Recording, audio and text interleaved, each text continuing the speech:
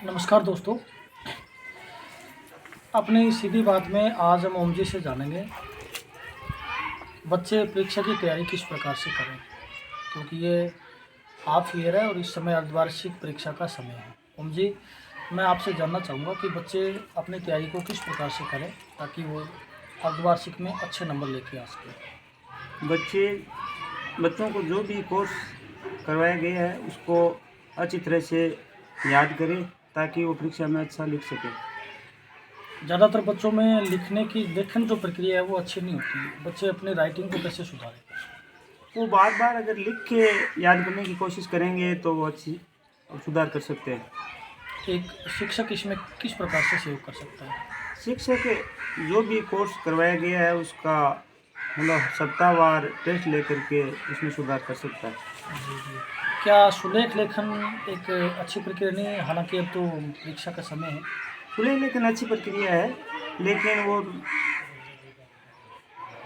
थोड़ा हाँ थोड़ा समय लेती है। हाँ समय से पढ़ना अच्छी बात है। कितना समय अच्छा रहता है इस समय? हालाँकि अभी उत्तर भारत में सर्दी का समय है, तो बच्चे सुबह और शाम कितना पढ़ें? बच्चे मतलब कक्षा के स्तर के अनुसार अगर छोटी क्लास में कोई बच्चे हैं तो 2-2 घंटा अगर वो सुबह शाम पढ़ाई करे तो उनके लिए पर्याप्त है। जी। एक अभिभावक अपने बच्चों को किस प्रकार से प्रेरित करे ताकि वो अपनी मानसिक जो स्थिति है उसको भी स्थिर रख सके? अभिभावक को खुद ध्यान देना होगा अपने बच्चों पर। वो जैसा आचरण करेगा घर में वैसा ही बच्चे करेंगे, तो उसको मतलब बच्चों की पढ़ाई के प्रति गंभीर होना बहुत ज़रूरी है।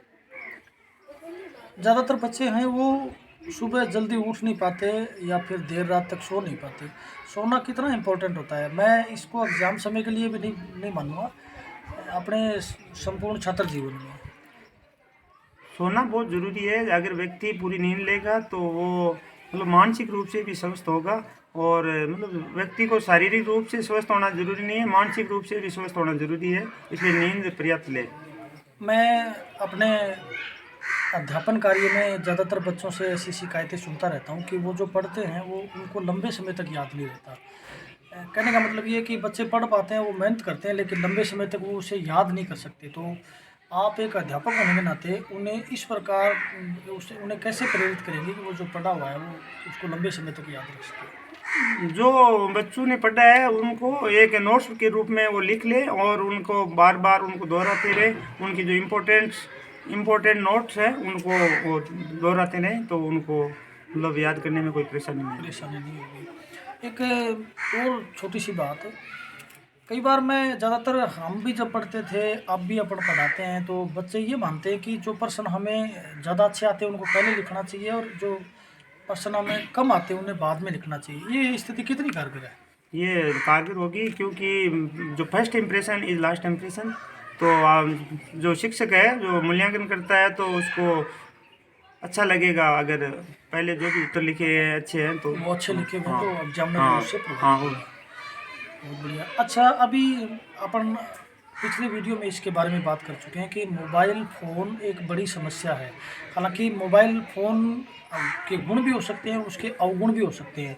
क्या बच्चों को एग्ज़ाम समय में मोबाइल से दूर रहना चाहिए? हाँ मोबाइल मतलब जो देखो पढ़ाई तो स्कूल में जिस प्रकार हो रही है उस पर ध्यान दे करके वो तैयारी करे, और जो इम्पोर्टेंट चीज़ है वो अगर मोबाइल में है तो वो अगर देख ले तो कोई गुनाह नहीं है, लेकिन मतलब मोबाइल से अमूमन उनको दूर ही रहना चाहिए। अभिभावक इस ओर किस प्रकार से ध्यान दें? मैं मोबाइल वाली बात को ही आगे बढ़ा रहा हूँ।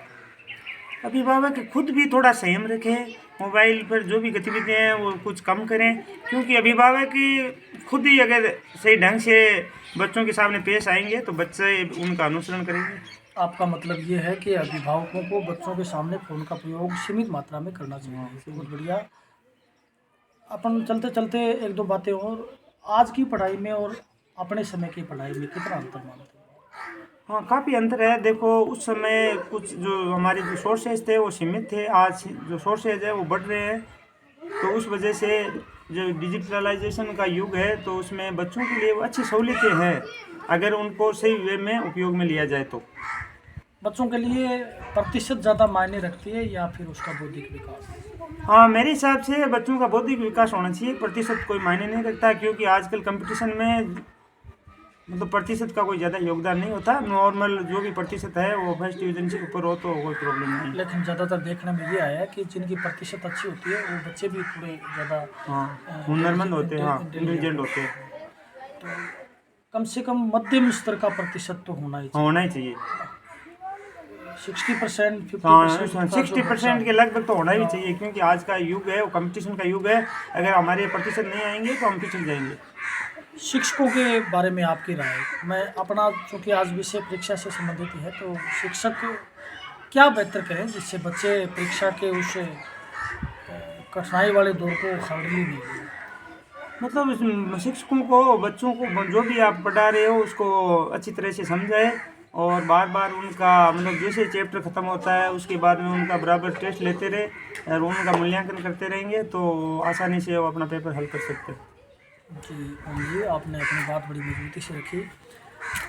ये थे ओम जी के विचार। चूँकि ओम जी प्राइवेट स्कूल में भी लंबे समय से रहे और इनका जो एक्सपीरियंस है वो प्रिंस स्कूल सीकर से भी रहा है। वर्तमान में ये सरकारी अध्यापक हैं, तो ये अपने एक्सपीरियंस हमें बता रहे हैं। आप इनके और हमारे एक्सपीरियंस देखने के लिए जुड़े रहिएगा हमारे यूट्यूब चैनल से।